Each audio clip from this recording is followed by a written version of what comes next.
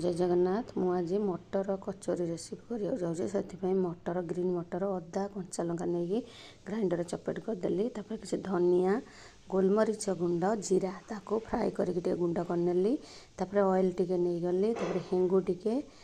से जो ग्राइंडिंग करते से पाउडर बेसन चामच पकईकी फ्राए करदेली ग्रीन मटर जो फ्राए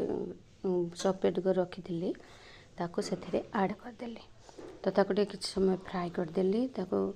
एमती गोल गोल करके गोटे रखीदेली मुझे मैदा नहीं गली 2 कप लुण गरम तेल करके से ऐड करदे कहीं क्रिस्पी हम से पानी पकई दलीदेली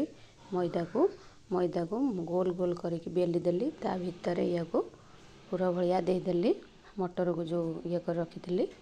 मसला को सब भितर देदेली एमती गोल गोल करके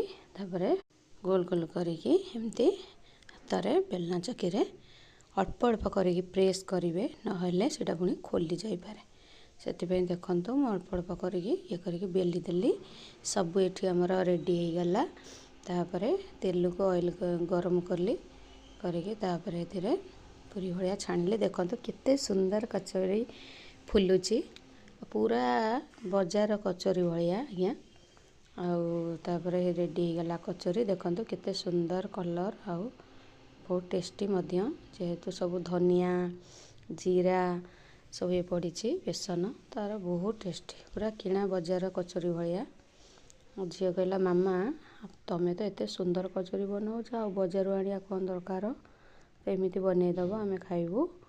तो देखो केते सुंदर पूरा देखो केते क्रिस्पी होटेल थाली बजेले ठक ठक होची माने एते सुंदर होची खाइबा को बहुत सुंदर देखो केमिति भांगी जाऊची बहुत सुंदर होची एमती बने खातु रही बाय बाय।